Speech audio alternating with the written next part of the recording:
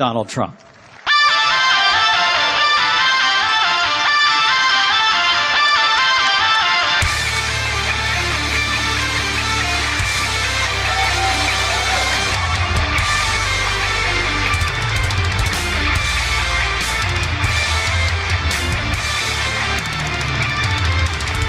Thank you, everybody. Thank you very much. Thank you. Such a crowd. Beautiful. Thank you very much. Thank you. Thank you. Please. Thank you for the invitation to speak to you today. It's wonderful to be in Detroit. Been here many times. We now begin a great national conversation about economic renewal for America. It's a conversation about how to make America great again for everyone, especially, and I say especially, for those who have the very least. The city of Detroit is where our story begins. Detroit was once the economic envy of the world. The people of Detroit helped to power America to its position of global dominance in the 20th century.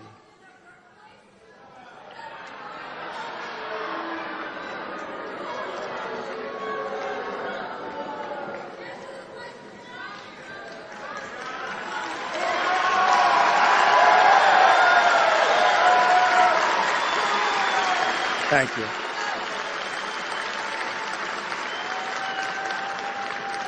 Thank you very much. When we were governed by the America First policy, Detroit was absolutely booming. Engineers, builders, laborers, shippers, and countless others went to work each day, provided for their families, and lived out, totally lived out, the American dream. But for many living in this city, that dream has long ago vanished. When we abandoned the policy of America First, we started rebuilding other countries instead of our own. The skyscrapers went up in Beijing and many other cities around the world, while the factories and neighborhoods crumbled right here in Detroit. Our roads and bridges fell into disrepair, yet we found the money to resettle millions of refugees at taxpayer expense. Today, Detroit has per capita income of under $15,000, about half of the national average. 40% of the city's residents live in poverty, over 2.5 times the national average. The unemployment rate is more than twice the national average. Half of all Detroit residents do not work. Detroit tops the list of the most dangerous cities in terms of violent crime.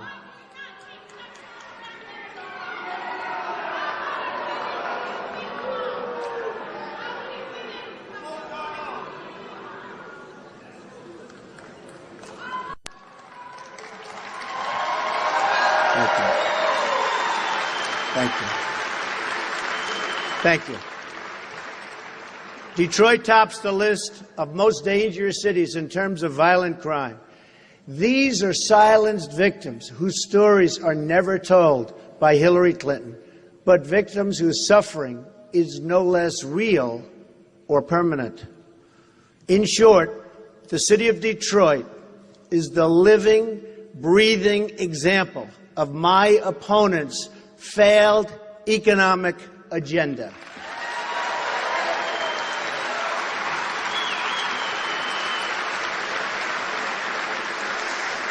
Every policy that has failed this city and so many others is a policy supported by Hillary Clinton. She supports the high taxes and radical regulation that force jobs out of your community, and the crime policies have made you far, far less safe. and the immigration policies that have strained local budgets, and the trade deals like NAFTA, signed by her husband, that have shipped your jobs to Mexico and other countries. And she supports the education policies that deny your students choice, freedom, and opportunity.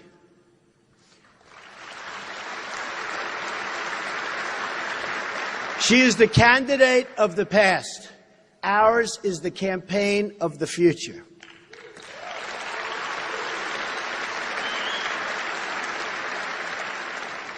This is a city controlled by Democratic politicians at every level.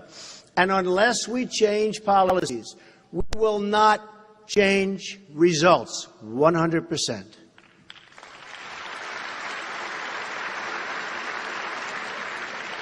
Today, I will outline my economic vision.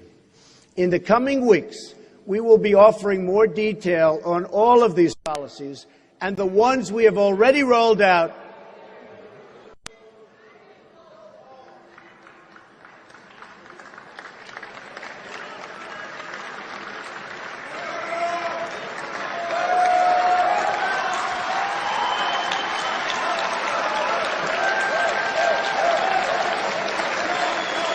Thank you, everybody. This is what happens when you go from 35 people to close to 2,000 people, I guess. In the coming weeks, we will be offering more detail on all of these policies, and the ones we've already rolled out can be viewed on my campaign website. Our opposition, on the other hand, has long ago run out of ideas. All Hillary Clinton has to offer is more of the same: more taxes, more regulations, more bureaucrats, more restrictions on American energy and on American production. More of that. If you were a foreign power looking to weaken America, you couldn't do better than Hillary Clinton's economic agenda.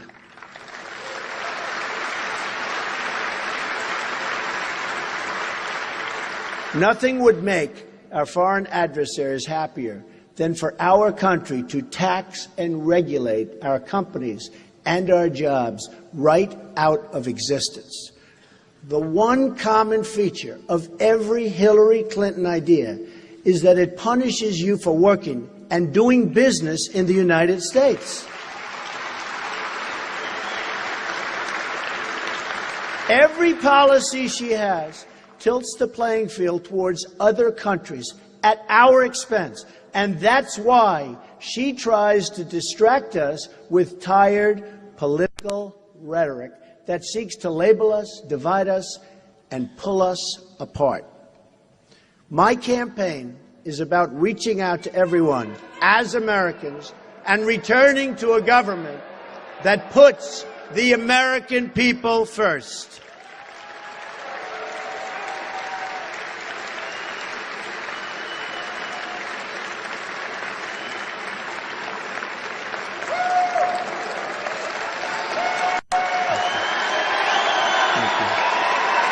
Thank you.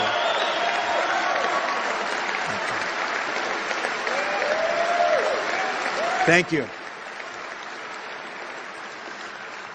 Here is what an America First economic plan looks like. First, let's talk tax reform. Taxes are one of the biggest differences in this race. Hillary Clinton, who has spent her career voting for tax increases, plans another massive job-killing $1.3 trillion tax increase. Big increase, one of the biggest ever. Her plan would tax many small businesses by almost 50%. Recently, at a campaign event, Hillary Clinton short-circuited, you know this, you've heard this one. Hillary Clinton short-circuited again, to use a now famous term, when she accidentally told the truth and said that she wanted to raise taxes on the middle class.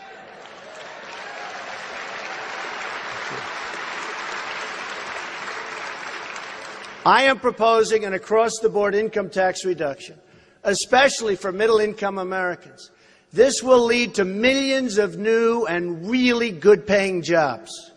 The rich will pay their fair share, but no one will pay so much that it destroys jobs or undermines our ability as a nation to compete.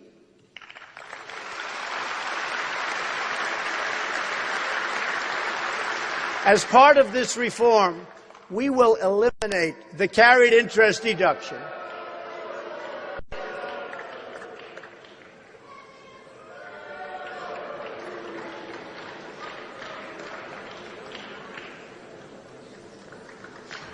Thank you.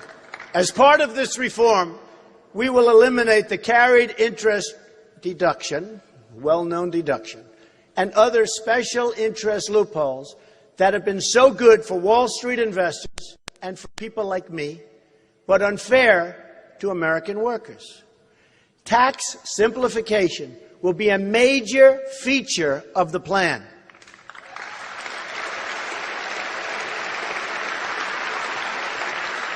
Our current tax code is so burdensome and so complex that we waste 9 billion hours a year in tax code compliance. My plan will reduce the current number of brackets from 7 to 3 and dramatically streamline the process.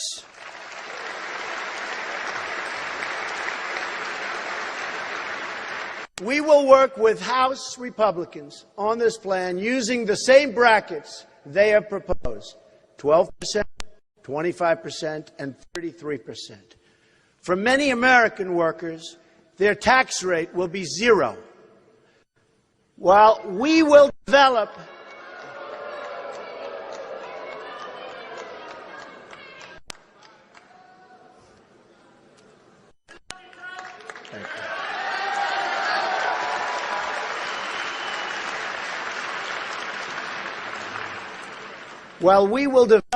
our own set of assumptions and policies, agreeing in some areas but not in all or in others, we will be focused on the same shared goals and guided by the same shared principles: jobs, growth, and opportunity.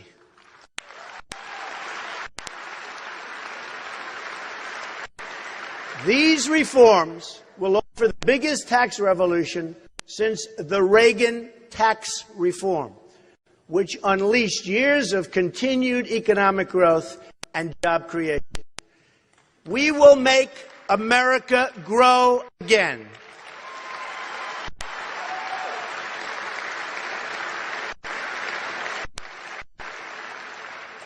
In the days ahead, we will provide more details on this plan and how it will help you, and most importantly, your family. It will present a night and day contrast to the job-killing, tax-raising, poverty-inducing Obama-Clinton agenda.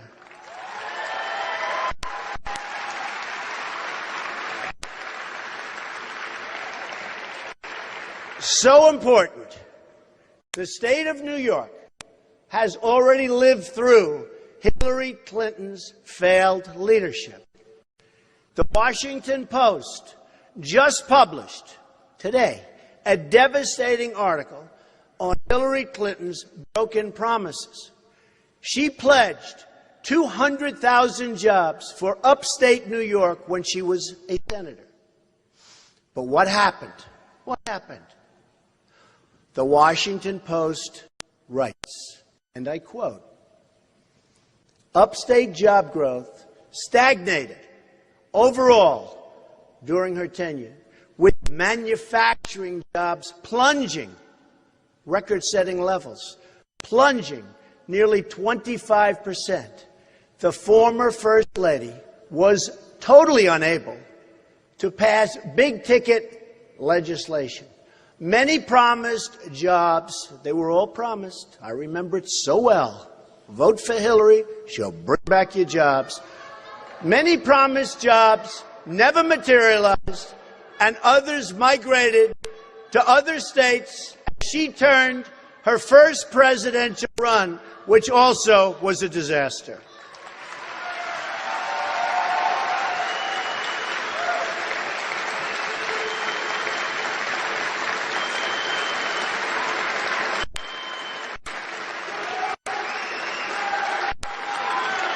Thank you.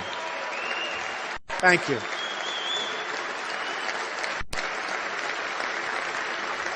Data shows that upstate actually lost jobs, a lot of them, during Clinton's first term. In other words, she was all talk, no action.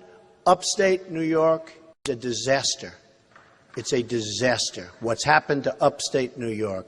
And NAFTA, which her husband signed, is a very, very big reason. Compare that to my record. In a recent New York Post article by Steve Quazzo, How Donald Trump Helped Save New York City, the paper writes that and this is a direct quote, in other words, it's not from me.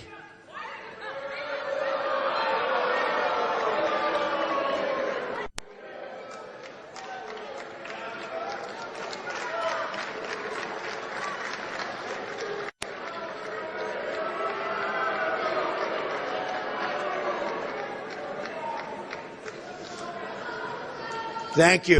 Thank you. It's all very well planned out, every couple.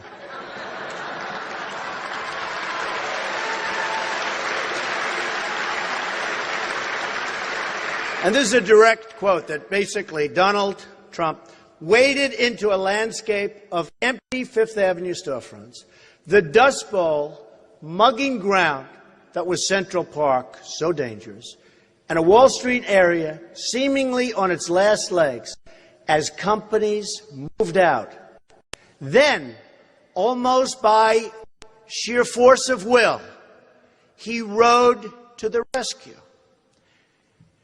Expressing rare faith in the future, he was instrumental in kickstarting the regeneration of neighborhoods and landmarks almost given up on for dead.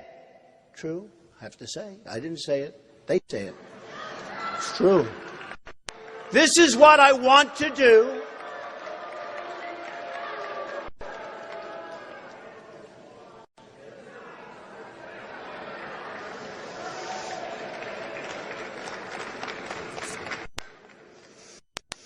You all remember New York City was a disaster.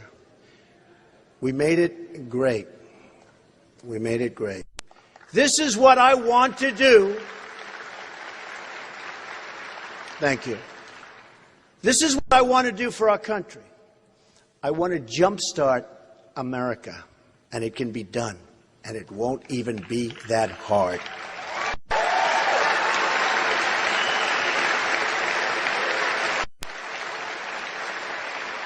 Now let's look at what the Obama-Clinton policies have done nationally. Their policies produced 1.2% growth, the weakest so-called recovery since the Great Depression. It's been written about all over. It's a disaster. And a doubling of the national debt during the Obama years. There are now 94.3 million Americans outside of the labor force. It was 80.5 million when President Obama took office, an increase of 14 million people. The Obama-Clinton agenda of tax, spend, and regulate has created a silent nation of jobless Americans. Home ownership is at its lowest rate in 51 years.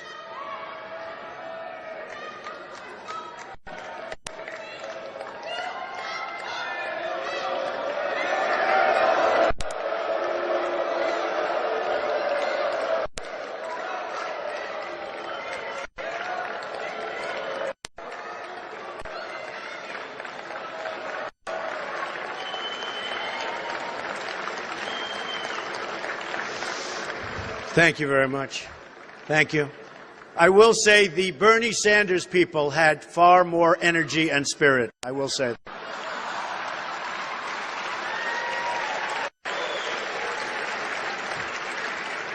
Nearly 12 million people have been added to the food stamp, and these people are growing, and it's growing so rapidly since President Obama took office.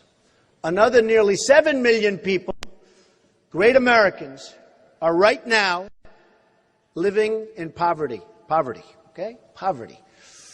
We have the lowest labor force participation rates in 4 decades. 58% of the African American youth are either outside of the labor force or not employed. 1 in 5 American households do not have a single member in the labor force, not a single member of a household. These are the real unemployment numbers. The 5% figure is one of the biggest hoaxes in American modern politics.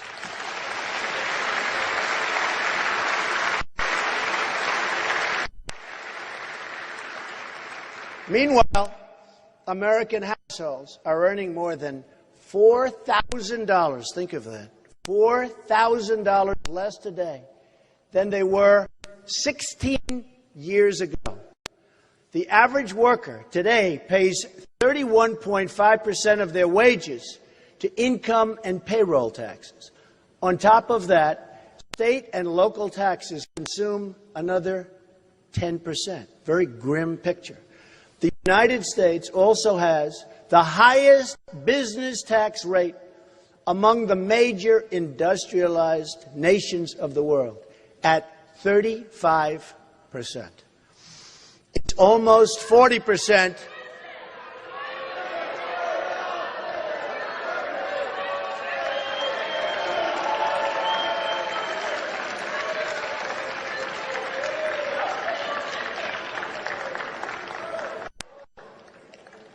It's almost 40% when you add in taxes at the state level, and in many cases and many states, it's much higher than that. In other words, we punish companies for making products in America, but let them ship products into the United States tax-free if they move overseas. This, ladies and gentlemen, is backwards. This is backwards. All of our policies should be geared toward keeping jobs and wealth inside of the United States.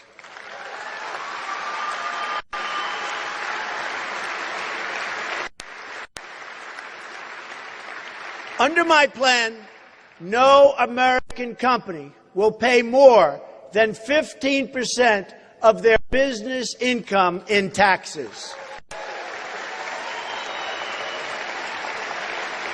In other words, we're reducing your taxes from 35% to 15%.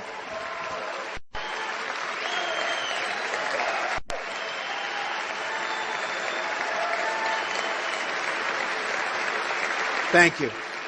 Thank you. Small businesses will benefit the most from this plan.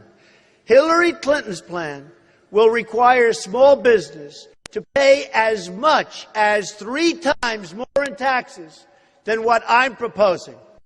And her owner's regulations will put them totally out of business, and you won't be able to start. You cannot ever start a small business under the tremendous regulatory burden that you have today in our country. I'm going to end it. I am going to cut regulations massively. Massively. Our lower business tax will also end job-killing corporate inversions and cause trillions in new dollars and wealth to come pouring into our country. And, by the way, into cities like right here in Detroit.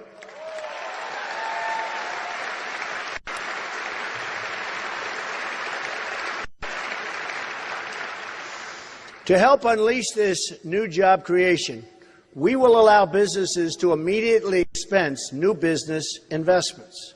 No one will gain more from these proposals than low and middle income Americans.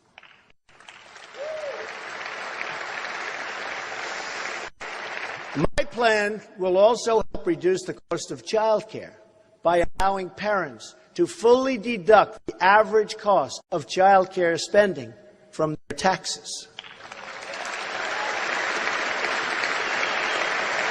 We are also going to bring back trillions of dollars from American businesses that are now parked overseas. They can't bring their money back into our country. Our plan will bring that cash home, applying only a 10% tax. This money will be reinvested in states like Michigan, which are having serious problems. Finally, no family will have to pay the death tax.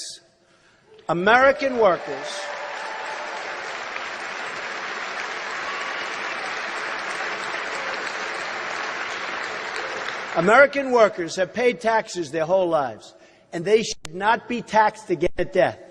It's just plain wrong, and most people agree with that. We will repeal it. Next comes regulatory reform. As with taxes, I will have one overriding goal when it comes to regulation. I want jobs and I want wealth to stay in America.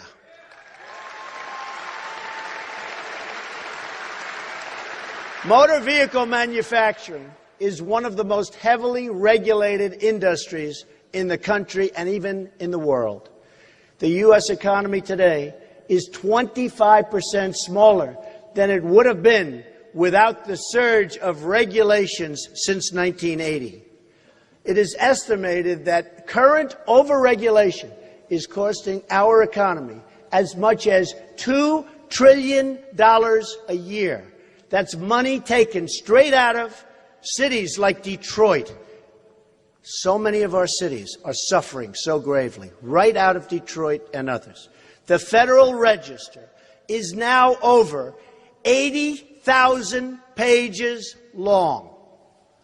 As the Wall Street Journal noted, President Obama has issued close to 400 new major regulations since taking office, each with a cost to the American economy of $100 million or more. In 2015 alone, the Obama administration unilaterally issued more than 2,000 new regulations, each a hidden tax on American consumers and a massive lead weight on the American economy. It is time to remove the anchor dragging us down, and that's what it's doing. It's dragging us down.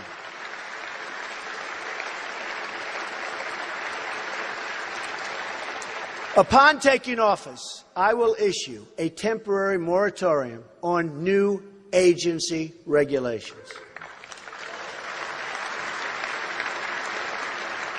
My running mate, Mike Pence, and by the way, a great guy, signed a similar order when it came and became, and when he worked so hard in Indiana as its governor. This will give our American companies the certainty they need to reinvest in our community, get cash off of the sidelines, start hiring new jobs, and expanding their businesses. So important. That's what it's about. I will also immediately cancel all illegal and overreaching executive orders.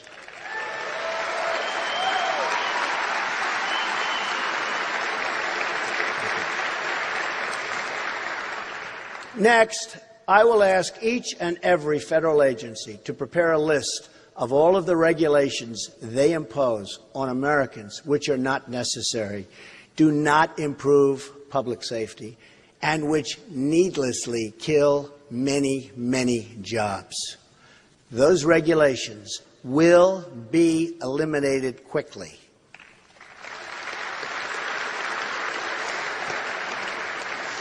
We are in a competition with the world. and I want America to win.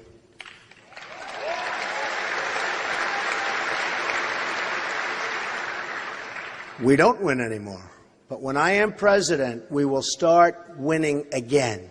Big league.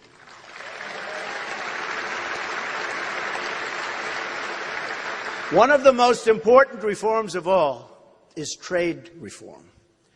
As Bernie Sanders has said, Hillary Clinton has bad judgment. Said it many times. We've seen this bad judgment overseas in Libya, Iraq, and Syria. We've seen it in Iran. We've seen it from President Obama when he gives $150 billion to Iran, the #1 terrorist state, and even gives them $400 million in money laundered cash as a ransom payment.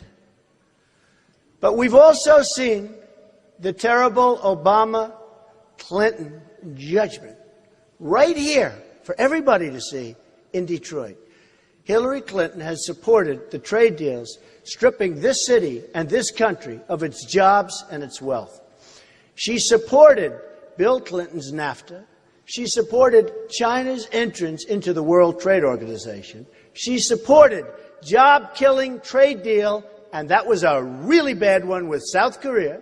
And she supports the Trans-Pacific Partnership, not now, but very soon if she wins, and we can't let her win, because that will be a disaster for Detroit and everybody else.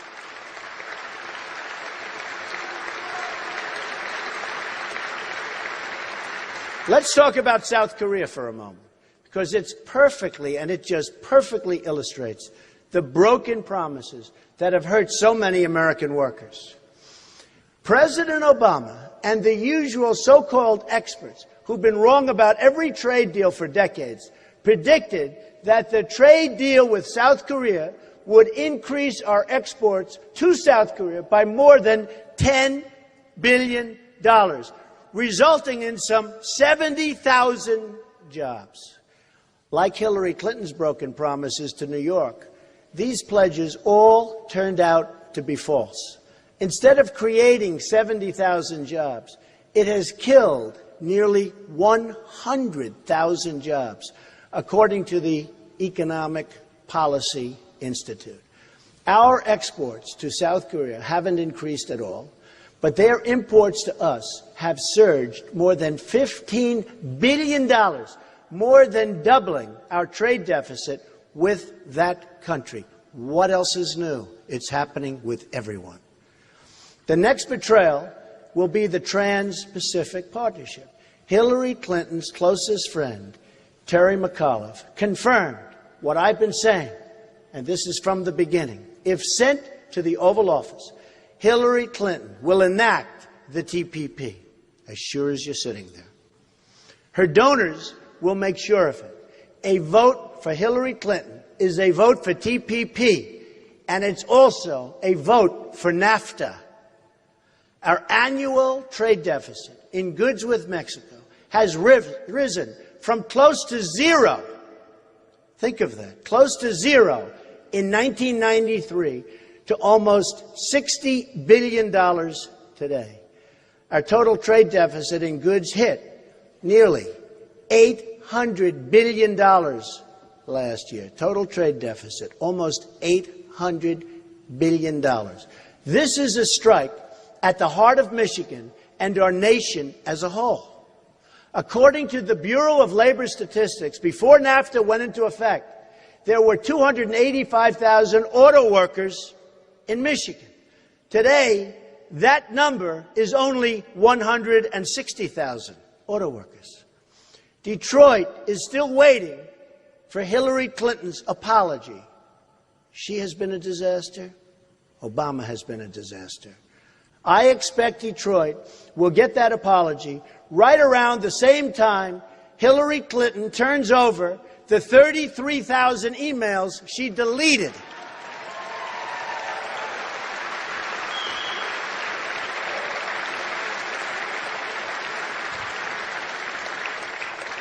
Hillary Clinton's Trans-Pacific Partnership will be an even bigger disaster for the auto industry, believe me, even bigger and even worse than NAFTA. In fact, Ford Motor Company has announced its opposition to the deal. According to the Economic Policy Institute, the U.S. trade deficit with the proposed TPP member, all of the member countries, has cost over 1 million manufacturing jobs in the year 2015. 1 million jobs. By far, the biggest losses occurred in motor vehicles and parts, which lost nearly 740,000 manufacturing jobs. What are we doing? Michigan ranks first for jobs lost as a share of state workforce due to the trade deficit with TPP members. Just imagine how many more automobile jobs will be lost if the TPP is actually approved. It will be catastrophic. That's why I have announced we will withdraw from the deal before that can ever, ever, ever happen.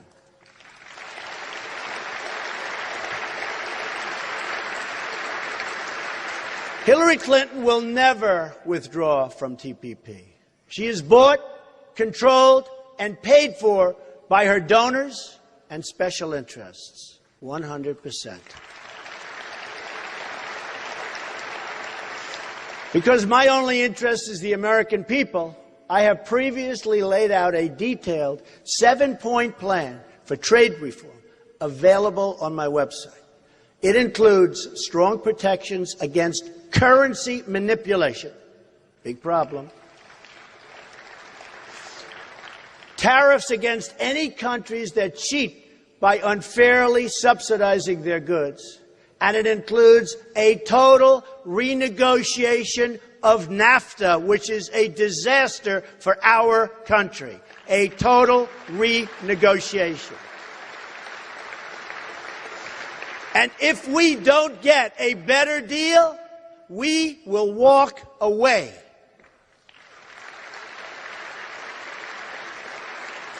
At the center of my plan is trade enforcement with China. This alone could return millions of jobs into our country. China is responsible for nearly half of our entire trade deficit.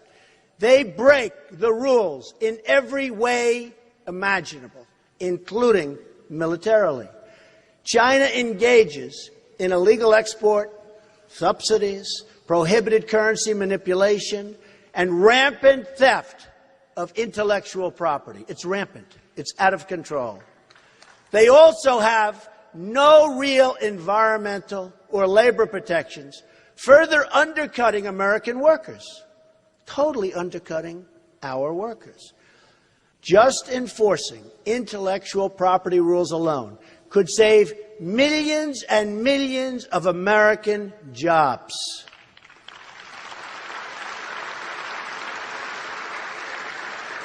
According to the U.S. International Trade Commission, improved protection of America's intellectual property in China would produce more than 2 million more jobs right here, right now in the United States. Add that to the saved jobs from cracking down on currency cheating and product dumping, and we will bring trillions of dollars in new wealth and wages back to our country, the United States of America. Thank you. So simple. So simple. Trade has big benefits. Thank you. Trade has big benefits, and I am in favor, totally in favor of trade. But I want trade deals for our country that create more jobs and higher wages for American workers. Isolation is not an option.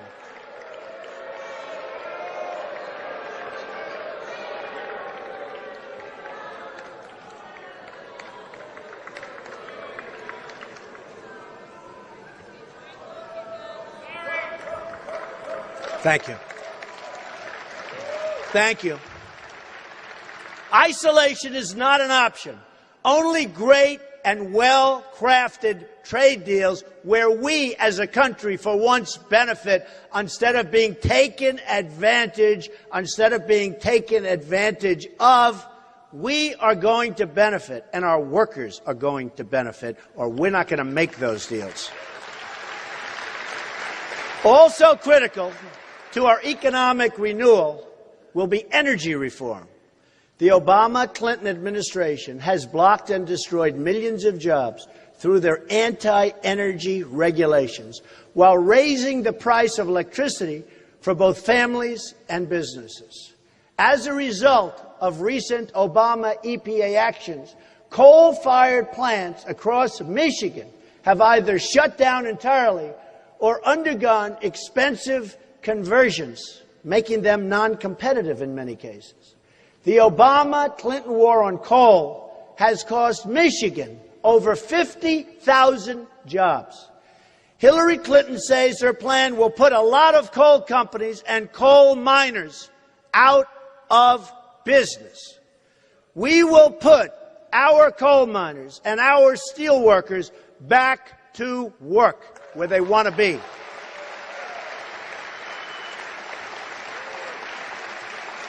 Clinton not only embraces President Obama's job-killing energy restrictions, but wants to expand them, including going after oil and natural gas production that employs some 10 million Americans. According to the Heritage Foundation, by 2030, think of that, 2030, the Obama-Clinton energy restrictions will eliminate another 500,000 manufacturing jobs, reduce economic output by $2.5 trillion, and reduce incomes by $7,000 per person.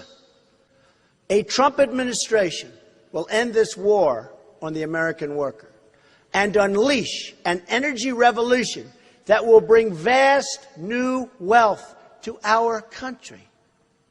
According to the Institute for Energy Research, lifting the restrictions on all sources of American energy will do the following: increase GDP by more than $100 billion annually, add over 500,000 new jobs annually, and increase annual wages by more than $30 billion over the next 7 years.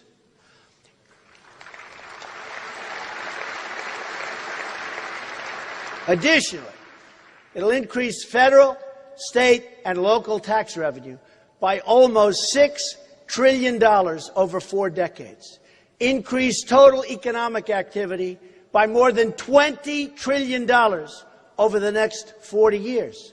The reforms I have outlined today are only the beginning. When we reform our tax, trade, energy, and regulatory policies, we will open a new chapter in American prosperity, which is so desperately needed. We need a new chapter. We can use this new wealth to rebuild our military, which is desperately needed, and our infrastructure. As part of this new future, we will also be rolling out proposals to increase choice and reduce cost in childcare, offering much-needed relief to American families. They're suffering. They're suffering. We're going to get them this much-needed relief. I will unveil, thank you, I will unveil my plan on this in the coming weeks that I've been working on with my daughter, Ivanka, who's here. Stand up.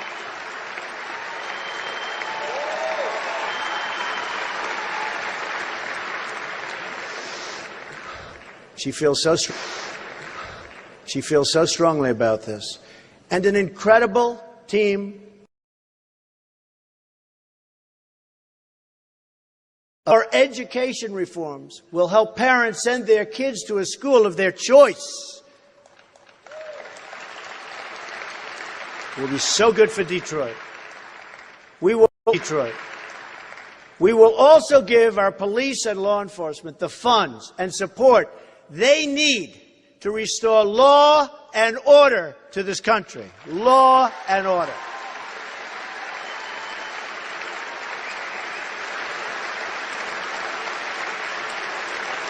Thank you. Thank you.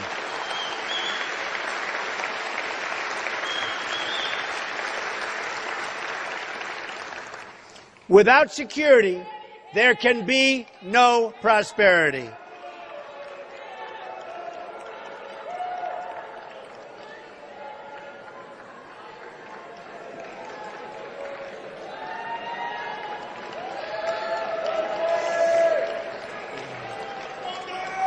Without security, there can be no prosperity. We must have law and order. We must have law and order.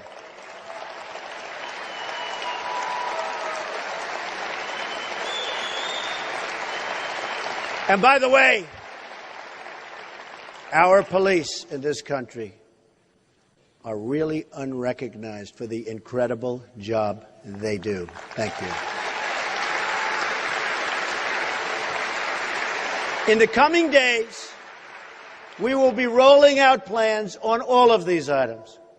One of my first acts as president will be to repeal and replace disastrous Obamacare, saving another 2 million American jobs.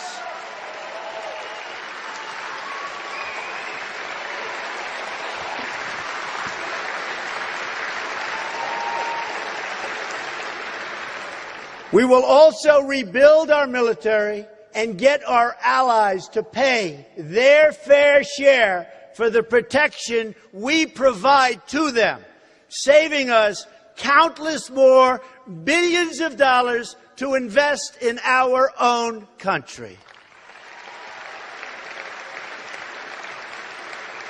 We also have a plan on our website for a complete reform of the Veterans Administration.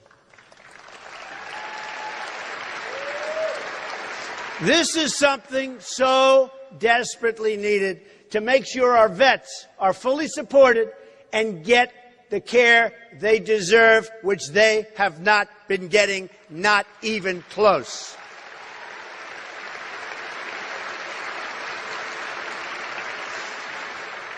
Detroit, the Motor City, will come roaring back, roaring back.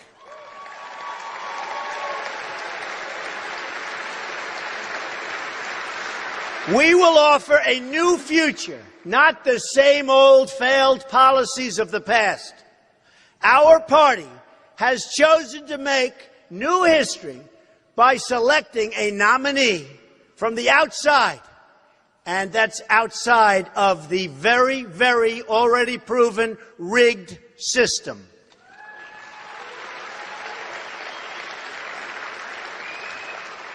The other party has reached backwards into the past to choose a nominee from yesterday who offers only the rhetoric of yesterday and the policies of yesterday. Just take a look at what happened to New York State manufacturing and take a look at her promises before this happened. A disaster. There will be no change under Hillary Clinton. Only 4 more years of weakness and President Obama. But we are going to look boldly into the future. We will build the next generation of roads, bridges, railways, tunnels, seaports, and airports. That, believe me, folks, is what our country deserves. American cars will travel the roads. American planes will connect our cities, and American ships will patrol the seas. American American steel will send new skyscrapers soaring all over our country. We will put new American metal into the spine of this nation. It will be American hands that rebuild this country. And it will be American energy, mined from American sources, that powers this country. It will be American workers who are hired to do the job. American workers.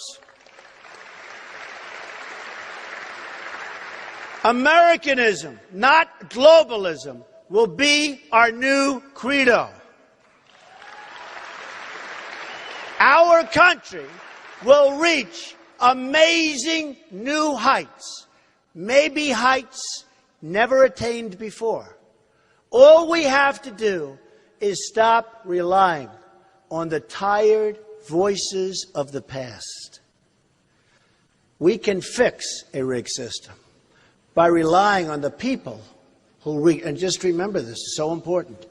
We are reliant on people that rigged this system in the past. We can't fix it if we're going to rely on those people again. We can't solve that problem.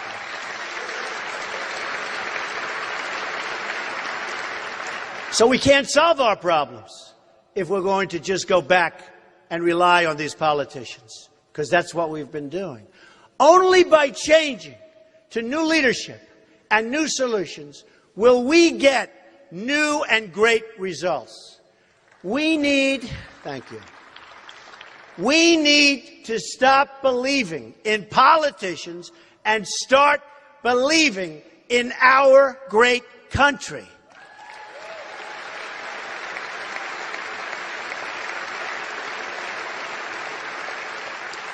Before everything great that has happened, the doubters have always said, it couldn't be done. They say it right now. It couldn't be done. They actually said it when I ran for political office. It's not going to happen. He's never done it before. It happened. America is ready to prove the doubters wrong. They want you to think small. I am asking you to think big. We are ready to dream great things for our country once again. We are ready to show the world that America is back, bigger and better and stronger than ever before. Thank you very much. God bless you. Thank you. Thank you. Thank you very much. Thank you.